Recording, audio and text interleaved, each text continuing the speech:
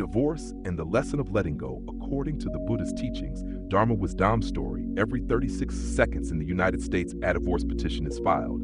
These are not just cold statistics, they are stories, they are shattered dreams, they are broken hearts. And perhaps this is your story too. While feeling this pain, as if it is tearing your chest, depart like aerial physical wound. You are not imagining it. Modern neuroscience has confirmed this. The emotional pain from social rejection and a broken heart activates the very same brain regions responsible for physical pain. The pain you are feeling is completely real. Furthermore, your brain is experiencing a form of withdrawal syndrome.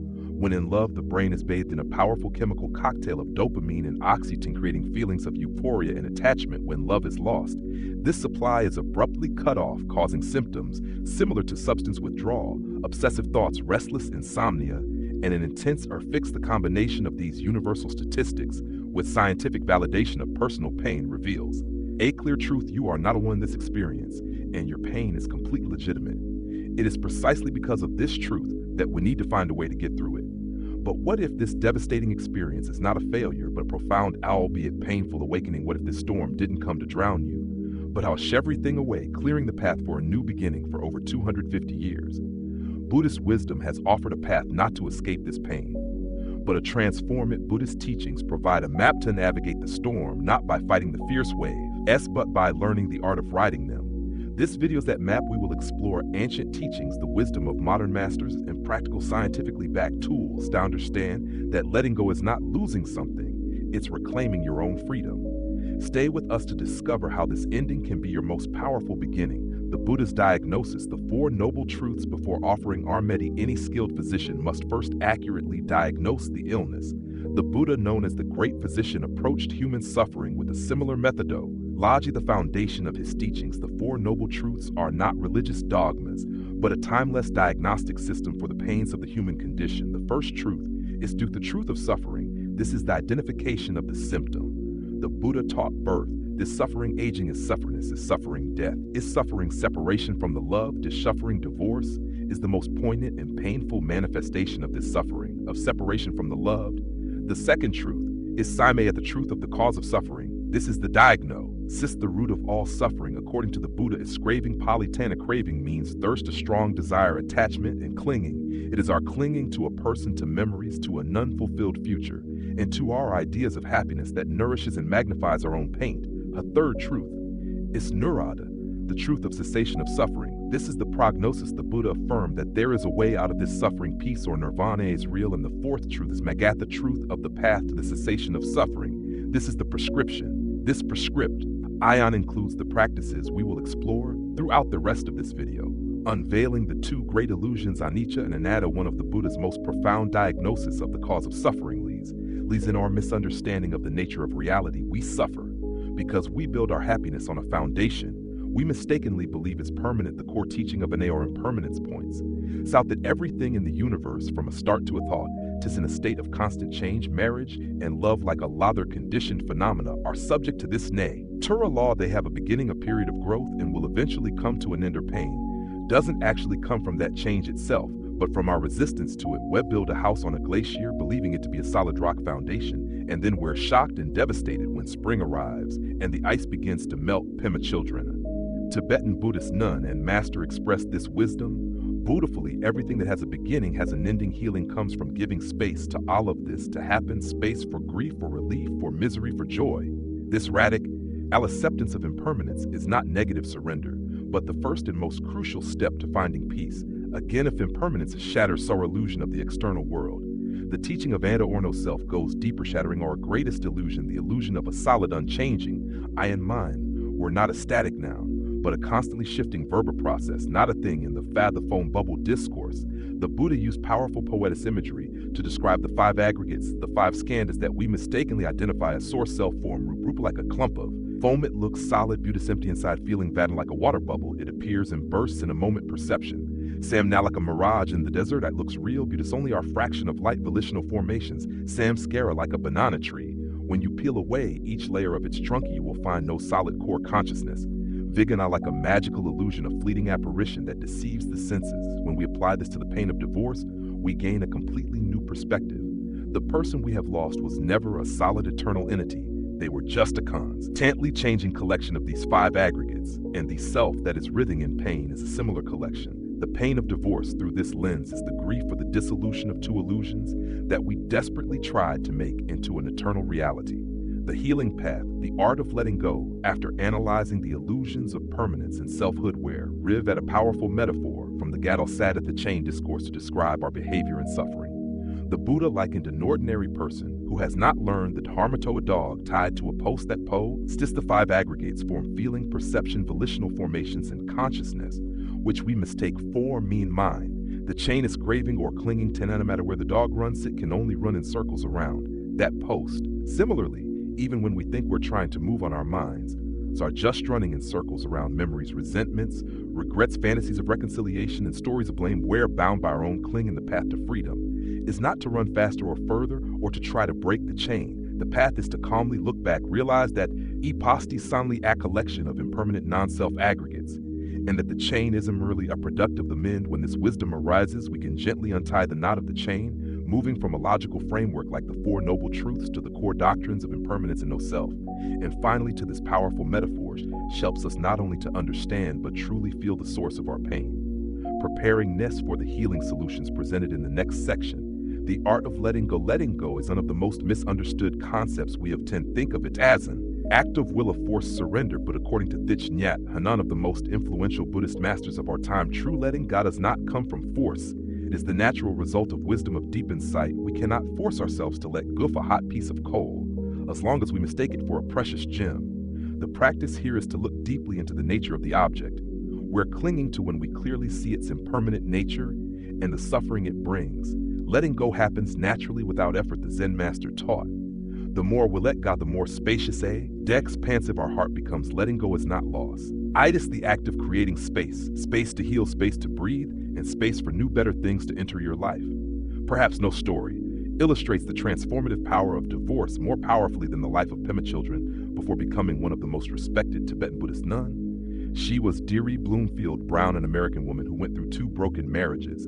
It was the second divorce, when her husband suddenly confessed to an affair, that plunged her into what she called a groundless moment. It was from the abyss of that pain had she found her spiritual path. Pema's core teaching is not a method to escape suffering, but a courageous invitation to turn towards the pain. She advises us, feel the feelings, drop the story instead of trying to patch up a broken heart to make it whole again. She encourages us to have the courage to live with a broken heart. A broken heart is not a sign of weakness or failure.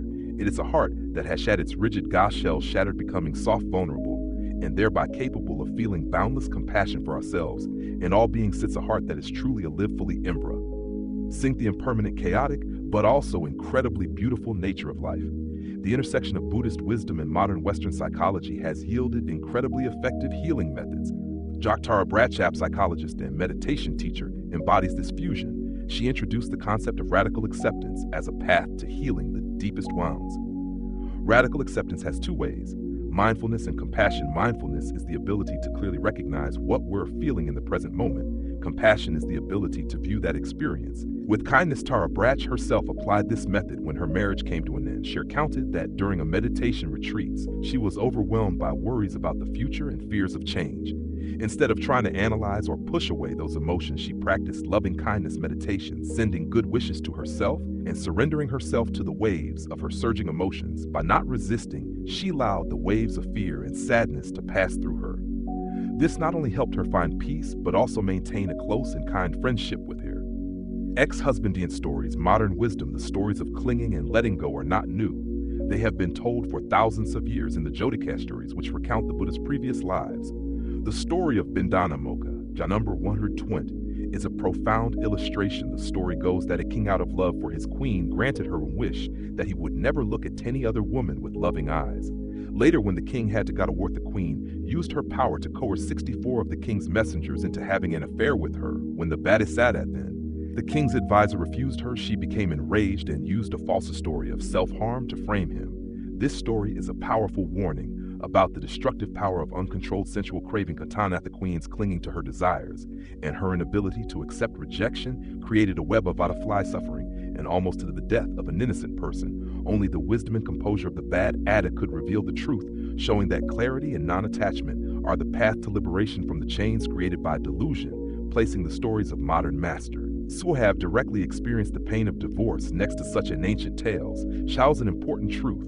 The struggle with craving attachment and the need for wisdom to let go is a universal and timeless theme in the human journey.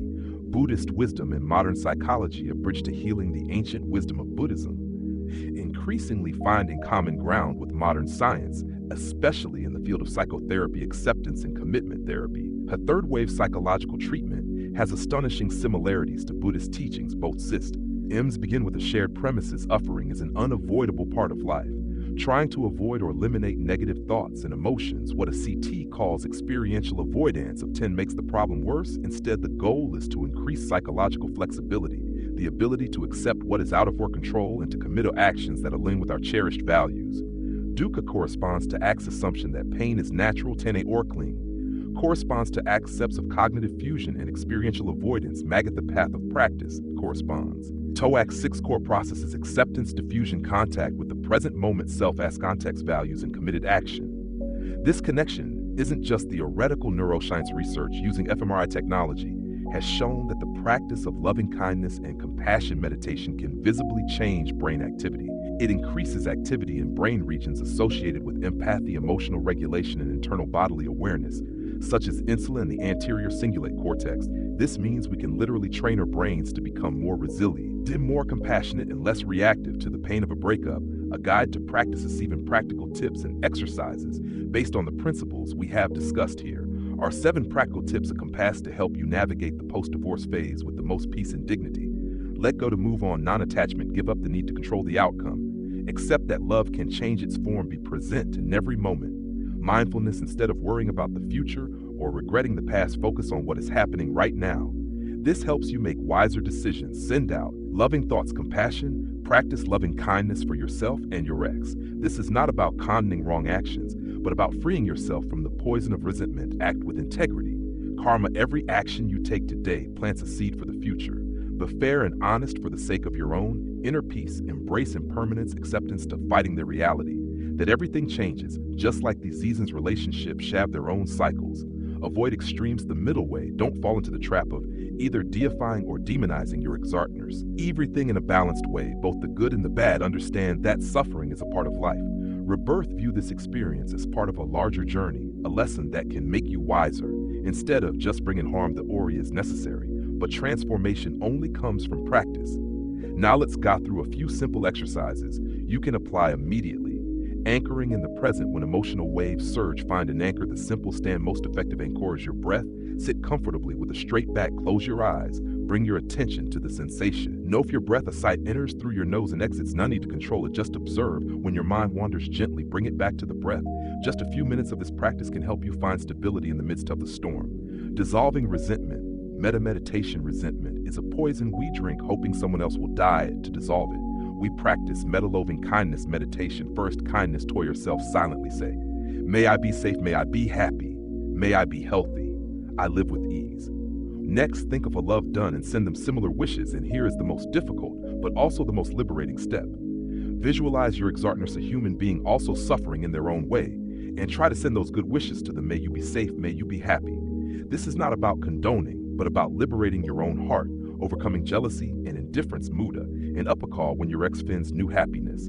Jealousy can arise. The antidote is to practice Muda, sympathetic joy, genuine joy at the happiness of others. This is a noble practice that helps us transform and by rejoicing to face the ups and downs of post-divorce life.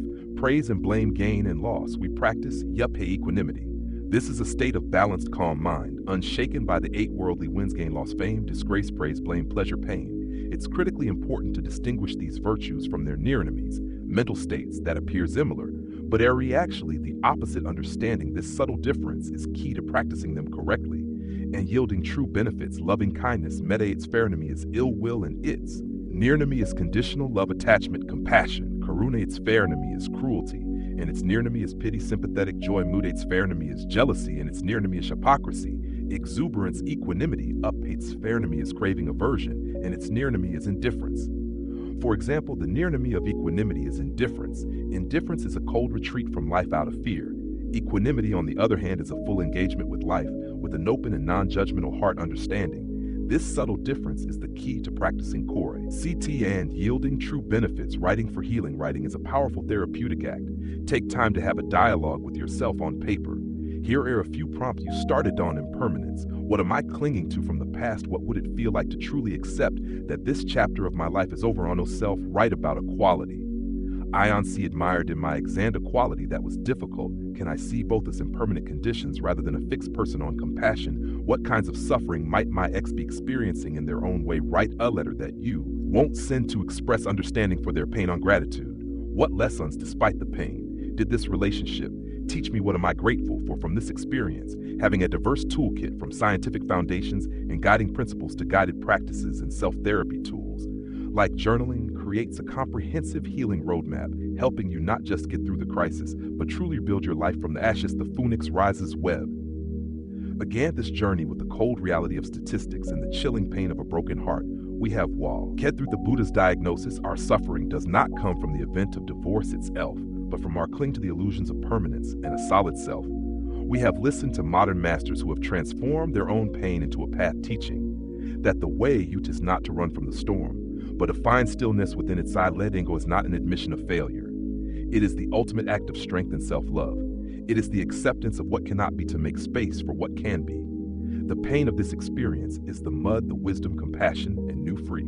Domi Yufin, that is the lotus flower. You are not broken, you're being reborn. If this journey into the heart of Dharma Wisdom has brought you a glimmer of peace or a new perspective, please help us spread these teachings. Please hit like on this video, share it with someone who is also going through their own storm, and subscribe to the Dharma Wisdom Stories channel to explore more about the art of living wisely. May you be free from all suffering. May you find peace.